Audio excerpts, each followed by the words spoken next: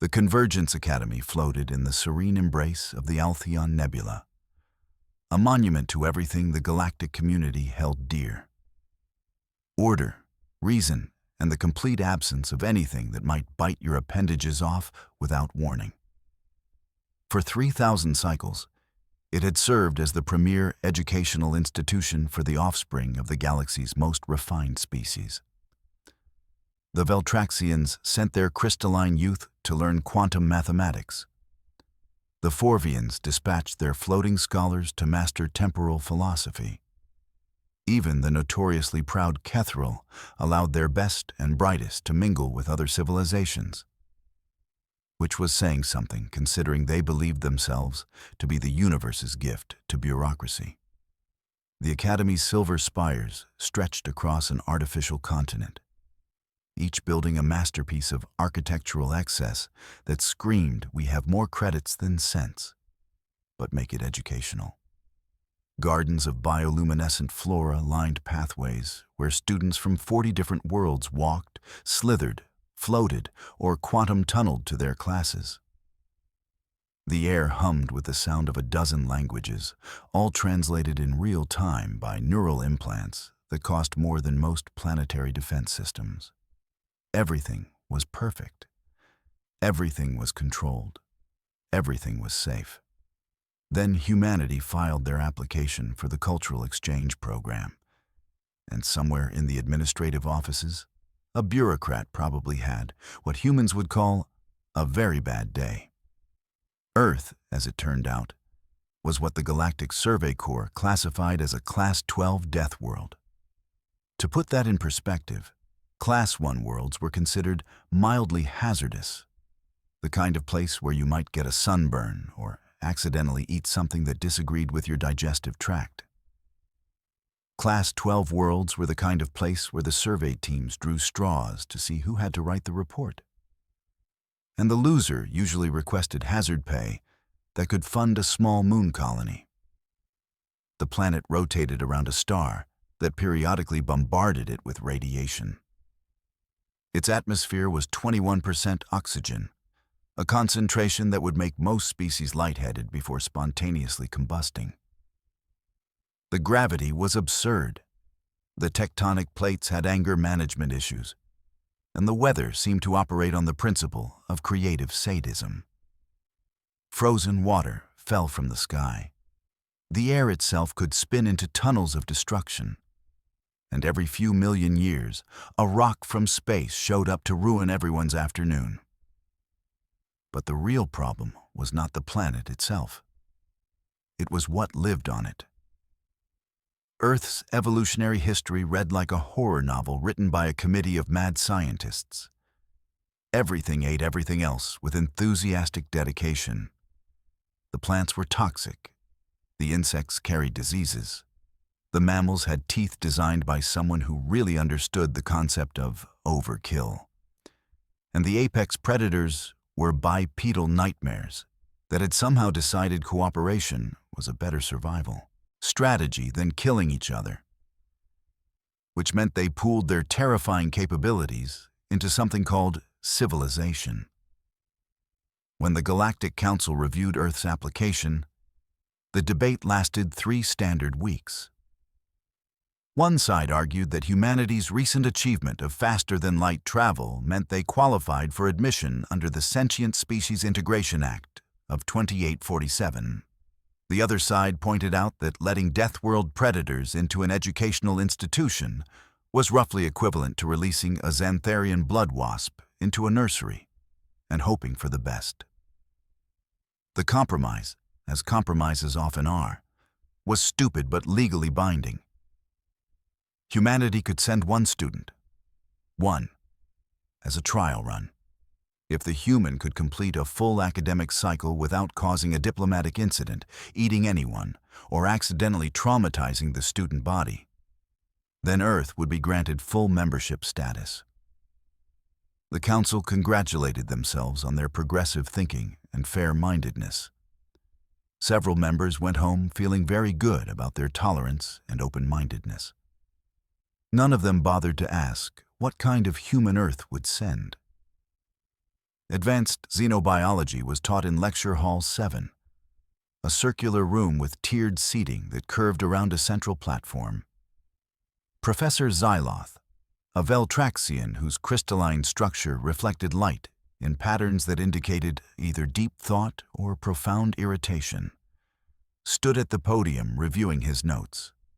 Around him, 30 students settled into their seats with varying degrees of excitement and anxiety. Renique, a young Kethril whose purple carapace gleamed under the hall's lighting, adjusted his translation implant for the 4th time. His species prided themselves on being unflappable, but even he had to admit that today's class had him thoroughly flapped. Next to him, Tessa, a Forvian who resembled nothing so much as a floating jellyfish made of golden light, pulsed nervously. Are we really doing this? Tessa transmitted directly into Renique's mind, her species' preferred method of communication. Are we really about to share a classroom with a human? Renique's mandibles clicked in what might have been a shrug. The council approved it. What could possibly go wrong? From the row behind them, a Dravian named Kellis leaned forward. His species resembled bipedal lizards, which meant he at least looked vaguely predatory by galactic standards. Everything, he hissed. Everything could go wrong. Do you know what I read about humans? They evolved by chasing their prey until it died of exhaustion. They can survive without water for days. Their bones are reinforced with calcium, and when those bones break, they just heal themselves. They have a poison tolerance that makes no evolutionary sense. And their bite force, do not get me started on their bite force. That is hardly scientific, Tessa pulsed, though her light dimmed slightly. You are catastrophizing. Am I? Kellis produced a data pad. I downloaded the entire Terran biology database. Did you know they have something called adrenaline that lets them ignore pain and perform feats of strength that should be physiologically impossible? They are literally built with their own combat enhancement drugs. The conversation died as Professor Xyloth's crystalline face rotated toward the class. His internal structures shifted through colors, settling on a calm blue that indicated he was about to say something he believed was important. Students, his voice resonated through the hall's speakers, translated into each species' native format. Today marks a historic occasion. As you are no doubt aware, we will be joined by a human student as part of the Cultural Exchange Initiative. I expect you all to demonstrate the courtesy and respect that are hallmarks of a Convergence Academy education. Renique noticed that the professor's color had shifted slightly toward green. Stress, if he remembered his Veltraxian color theory correctly. I must remind you, Xyloth continued, that humans, despite their origin on what some consider an inhospitable world, are sapient beings deserving of the same dignity we extend to all species. Any form of discrimination or prejudice will not be tolerated. A brave speech, Renique thought. Very progressive, very enlightened. Also, Xyloth added, his color shifting more noticeably toward green. The medical bay has been placed on standby. Security has been briefed, and I have a direct link to the station's emergency response team. Just as a precaution, you understand. So much for enlightened. Tessa pulsed privately to Renique. The door hissed open, every sensory organ in the room oriented toward the entrance. Renique's antennae quivered, Tessa's luminescence flickered, Kellis's tail went rigid. Even Professor Xyloth's crystalline structure seemed to freeze mid-rotation. The human walked in. She was small. That was the first thing everyone noticed. Whatever image they had constructed in their minds of a towering apex predator, this was not it. She stood perhaps 1.6 meters tall, with a slight build that suggested she might blow away in a strong wind. Her skin was a light brown, and her dark hair was pulled back in what would later be explained as a ponytail. She wore the standard academy uniform, a simple gray and blue affair that somehow looked more casual on her than it did on anyone else.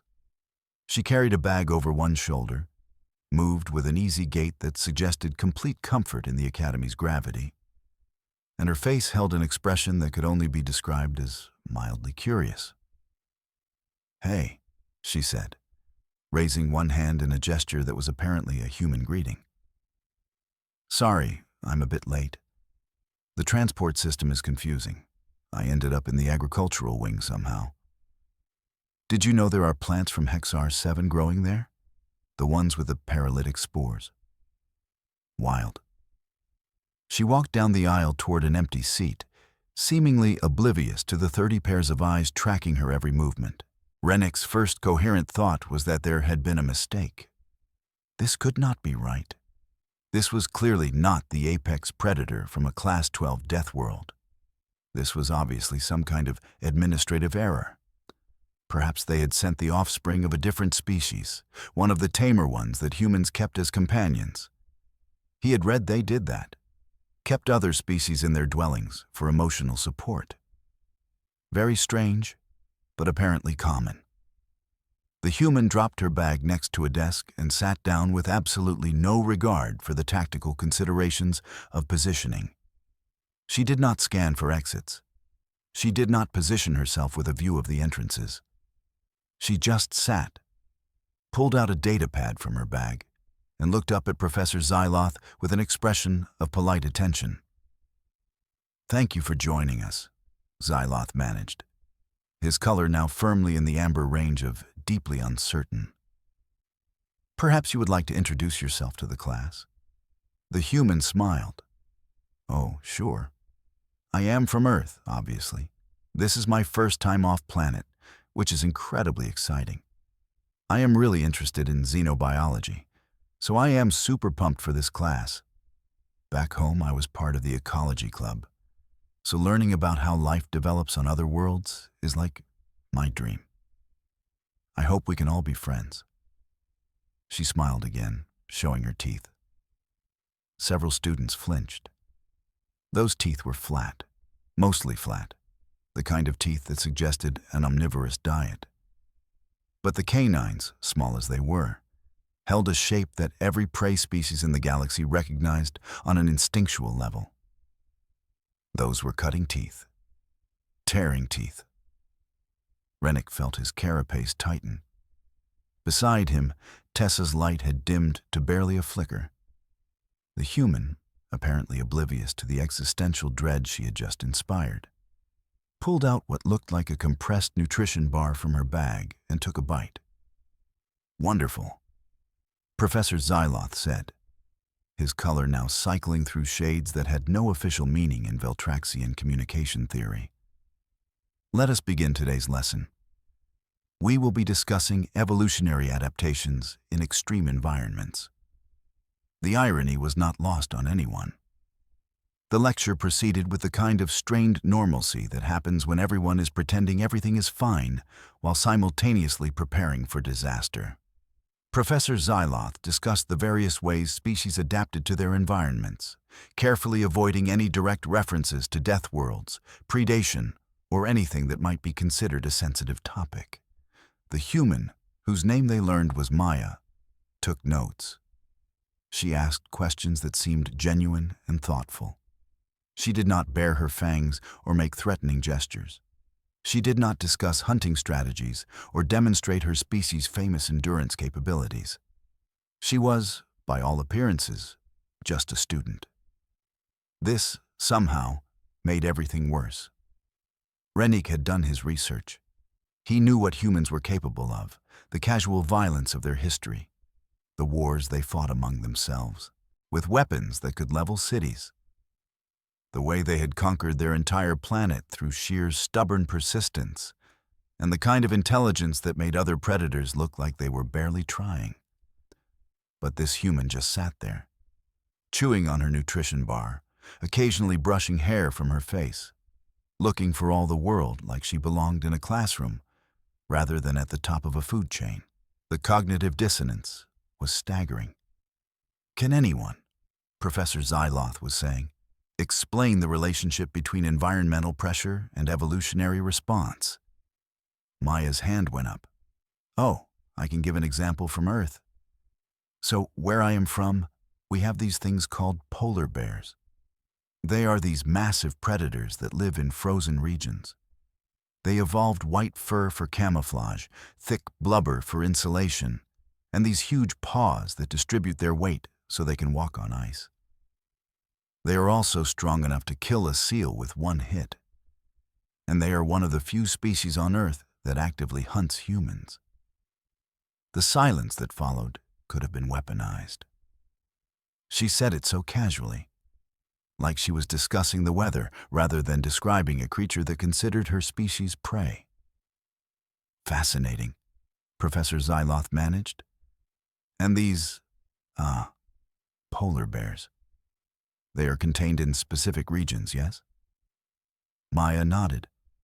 Oh yeah, mostly the Arctic. Though with climate change, they have been moving into new areas.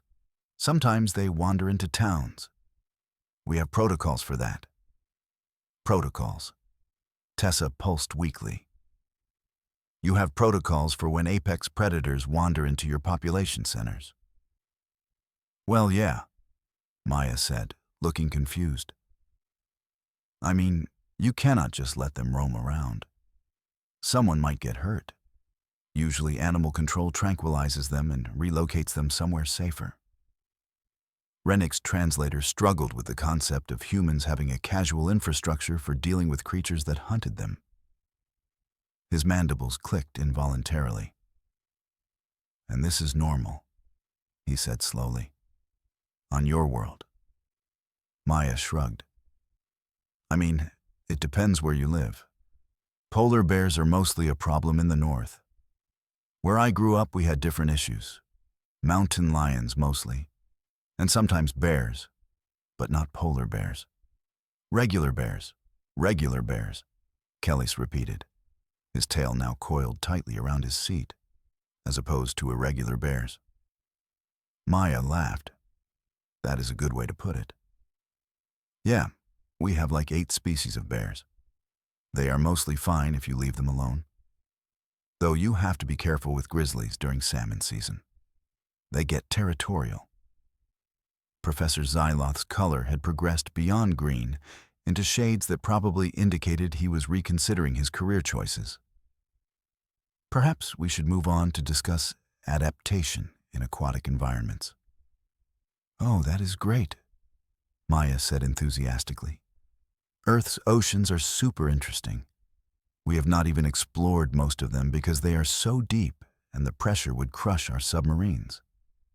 There are probably tons of species we have not even discovered yet. Though we know about some of the cool ones, like giant squids and the anglerfish and the box jellyfish. The box jellyfish, Rennick said carefully. Why is that notable? Oh, because they are super deadly. Their venom can kill a human in minutes. We have them near some of our beaches. You have to be really careful swimming during certain seasons. Your recreational swimming areas, Tessa pulsed, have deadly venomous creatures. Maya nodded. Yeah, but it is fine. We have vinegar stations on the beaches. Vinegar helps with the stings. Vinegar, Professor Zyloth said. Stations. It is just acetic acid, Maya explained helpfully. Pretty common household item. We use it for cooking too. The class had progressed beyond horror into a kind of numb acceptance that everything about Earth was a waking nightmare disguised as a normal planet. The breaking point came during the practical portion of the lesson. Professor Zyloth, perhaps thinking that a hands-on demonstration would calm everyone's nerves, produced a sealed container holding samples from various worlds. The idea was for students to examine the specimens and discuss their evolutionary advantages. The first sample was a plant from Virtus 4, a gentle world where evolution had favored cooperation and symbiosis. The plant was beautiful, with delicate fronds that swayed as if in an invisible breeze. Pretty, Maya said, leaning close to examine it. Kind of reminds me of a fern. We have those all over Earth, though ours release spores that some people are allergic to. Of course they do, Kellis muttered. The second sample was a small arthropod from Kellis's homeworld, a creature about the size of a human thumb with an iridescent carapace. Oh, wow, Maya said. That is so cool. It looks like a beetle. Can I hold it? Before anyone could stop her, she had opened the container and scooped the creature into her palm. It skittered across her skin, and she laughed. It tickles. Rennick stared. The creature was harmless by most standards. But the casual way she handled an alien life form, with no hesitation or fear, spoke to something fundamentally different about human psychology. We have so many beetles on Earth, Maya continued, watching the arthropod explore her hand, like hundreds of thousands of species. Some of them are huge. There is one called the Titan beetle that is like 6 inches long. And then there are these ones that shoot boiling acid as a defense mechanism. Boiling acid? Professor Xyloth repeated weakly. Yeah, bombardier beetles. They are so cool. They mix chemicals in their abdomen and spray it at attackers. It is hot enough to burn skin. And you coexist with these creatures? Tessa pulsed. I mean, they are not that common in urban areas, Maya said. You mostly find them in the wild. Which, you know, is where most of the really dangerous stuff is. The cities are pretty safe. Pretty safe, Rennick echoed, as opposed to completely safe. Maya's expression suggested she was trying to figure out how to explain something obvious. Well, you know, there is always some risk. Weather events, traffic accidents, structural failures. But those are just normal things you deal with. We have building codes and safety regulations and stuff. The casual acceptance of danger as a normal part of existence was perhaps the most terrifying thing they had learned about humans yet. Professor Xyloth, clearly deciding that the lesson had gone far enough off the rails, dismissed the class early. Students filed out with varying degrees of haste, most giving Maya a wide berth. Rennick, however, found his curiosity overcoming his instinctive wariness. He approached as Maya packed her bag. I have a question, he said carefully, if I may. Maya looked up and smiled. That same smile that showed those small, efficient teeth. Sure, what is up? Your world, Rennick began, trying to find words that would not sound insulting. It sounds extremely dangerous. Yet you speak of it with, fondness. Maya's expression softened into something that looked like homesickness. Oh, absolutely. I mean, yeah, Earth can be dangerous if you are careless. But it is also beautiful. We have mountains that touch the sky, and oceans that stretch forever, and forests so thick you can get lost in them. We have seasons that change the entire landscape. We have animals that are, okay, yes, dangerous, but also amazing to watch. And we have people, billions of us, all living our lives and building things and making art and just existing together. She paused, then added, I guess we are used to the danger. It is just part of life. You learn the rules, you take precautions, and mostly you are fine. And the alternative would be never going outside, never exploring, never experiencing anything. That seems worse than the risk. Rennick processed this. His species had achieved civilization by avoiding risk, by building controlled environments, by eliminating variables. Humans had apparently achieved it by running headfirst into danger and just dealing with the consequences. You are very strange, he said finally. Maya laughed. Yeah, I am getting that a lot here. But hey, strange is interesting, right? She shouldered her bag and headed for the door, then paused and looked back. Hey, a bunch of us are meeting in the common area later if you want to hang out. I brought some human snacks to share. Nothing dangerous, I promise. After she left, Rennick stood alone in the lecture hall, trying to reconcile everything he had learned. The human was not what he expected. She was not a towering predator with visible weapons and aggressive posturing.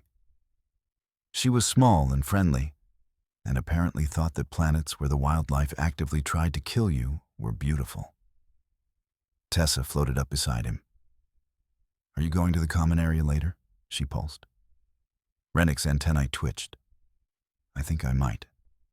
"You?" "I am terrified," Tessa admitted, "but also curious. Is that normal?" "Given what we just learned about humans," Rennick said, "I think curiosity in the face of terror might be a survival trait." The common area of Convergence Academy was designed for interspecies mingling, a large open space with various environmental zones to accommodate different physiologies. There were water features for aquatic species, heated platforms for cold-blooded students, and cushioned areas for species that preferred to lounge rather than sit. Maya had claimed a neutral zone in the center and was unpacking her bag when Rennick and Tessa arrived. Several other students had gathered, though whether from curiosity or the social equivalent of watching a disaster unfold was unclear. "Okay," Maya said cheerfully, producing several wrapped items. "So I brought some stuff from Earth. These are chocolate bars. This is trail mix, which is nuts and dried fruit. And these are these chips, which are basically sliced and fried potatoes with salt." Kelly's, who had also decided to attend, eyed the offering suspiciously. "These are safe for consumption by non-humans." "Oh, probably." Maya looked uncertain. "I mean, the chocolate might be an issue. I read that it is toxic to some species. But the trail mix should be fine. Nuts and fruit are pretty universal, right?" The fact that she had brought potentially toxic substances and seemed genuinely surprised that this might be a problem was very on brand for humans, Rennick decided. "I will try the trail mix," he said, figuring that if he was going to die from alien food poisoning, at least it would make for an interesting obituary. Maya handed him a small portion. The nuts were crunchy, the fruit was sweet, and nothing immediately tried to kill him. He considered this a victory. So, a Hexarian student whose name translated roughly to Cascade of Light said, "What is Earth like? Beyond the parts that are trying to kill you?" Maya's eyes lit up. "Oh man, where do I even start?" "Okay, so Earth is really diverse. We have 7 continents, which are like huge land masses, and they all have different climates and ecosystems.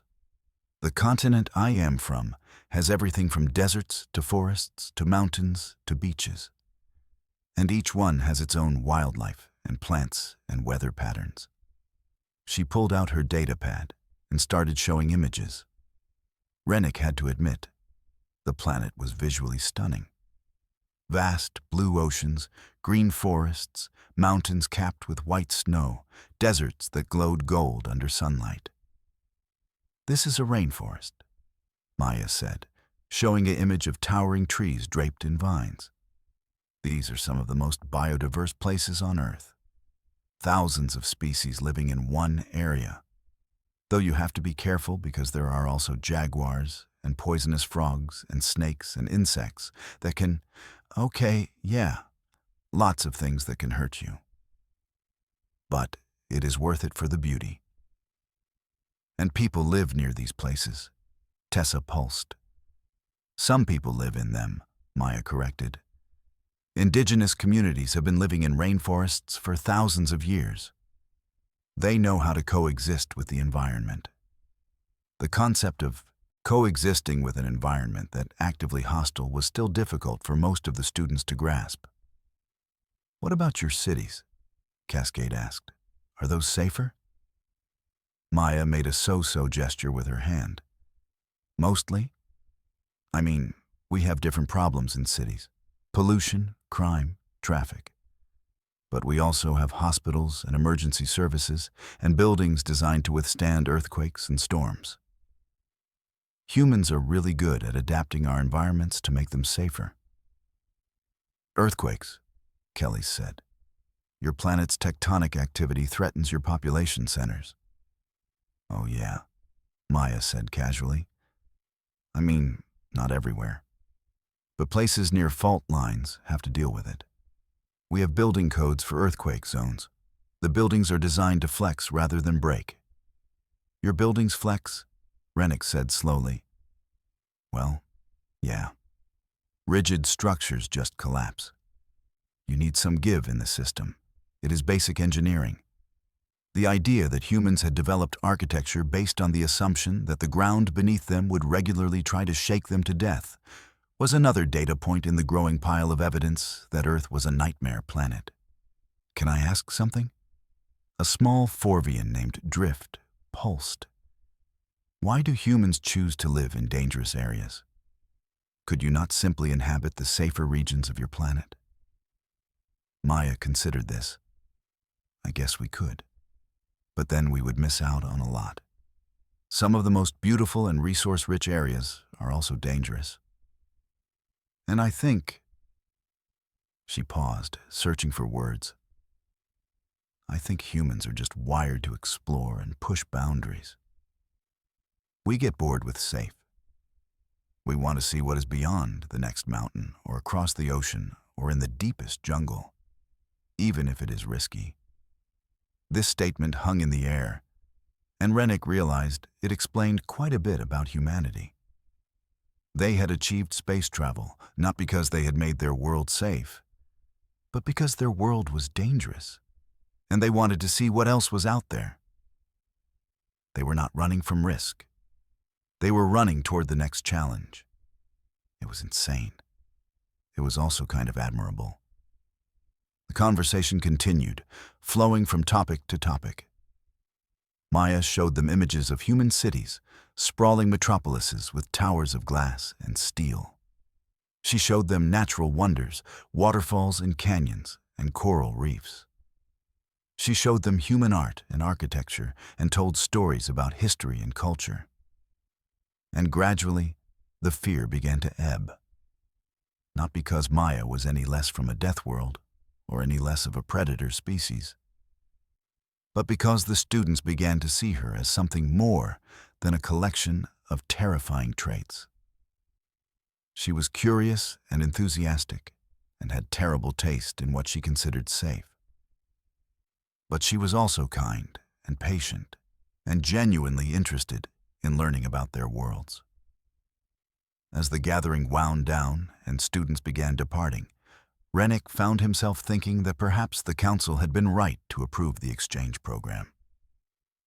Not because humans were not dangerous, they absolutely were, but because understanding that danger was better than fearing it from a distance. Maya was packing up her snacks when he approached. Thank you for sharing, he said. Your world is quite something. Maya grinned. Yeah, Earth is pretty special. Terrifying, apparently, but special. She paused, then added, You know, I was really nervous about coming here. Being the only human, representing my whole species. I was worried everyone would hate me or be scared of me or think I was some kind of monster. But you are not, Rennick said. A monster, I mean. Maya's smile turned a bit sad. We are predators, though. That is not wrong. Humans have done terrible things to each other and to our world. We have violence in our history and our nature. But we also have compassion and creativity and the ability to choose to be better than our worst instincts. I hope that is what people see, eventually. It was, Rennick reflected, a very human thing to say. Acknowledging the darkness while choosing to focus on the light. I think we will, he said. See that, I mean. Given time. Maya's expression brightened. Good, because I brought like 3 more bags of snacks, and I need people to help me eat them. Later, As Rennick made his way back to his quarters, he passed Professor Zaloth in the hallway. The Veltraxian's crystalline structure had finally returned to a normal blue. "So," Zaloth said, "first day with our human student. How did it go?" Rennick considered the question. She is terrifying and friendly and completely oblivious to how terrifying she is. Her world sounds like it was designed by a sadistic deity. And I think I might actually like her. Professor Zaloth's colors shifted through several hues before settling on something that might have been amusement. Yes, that sounds about right. The Council's report noted that humans have a peculiar ability to make the horrifying seem mundane. Apparently, it is one of their survival traits. Surviving by normalizing danger, Rennick mused. What a strange species. Indeed, Zaloth agreed, though I suspect we will all become accustomed to their strangeness. The Council has already approved 5 more human students for next cycle. Rennick's antennae perked up. 5 more. Zaloth's color deepened. I have already requested a raise.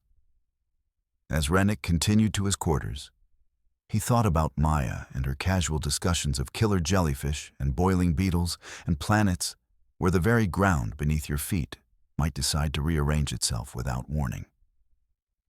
He thought about her enthusiasm and her homesickness and her complete lack of awareness that everything she described sounded like a horror story to literally everyone else. Humans, he decided, were going to change the galaxy. Not through conquest or violence, though they were certainly capable of both, but through their sheer inability to comprehend that other species found them utterly terrifying.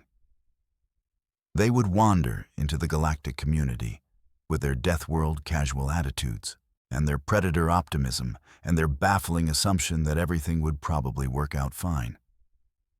And the truly scary part? They would probably be right. Back in her own quarters, Maya sat on her bed and composed a message to her family back on Earth. The day had gone well, she thought. The other students had seemed nervous at first, but they had warmed up eventually. She was making friends. The academy was amazing. Everything was going exactly as she had hoped.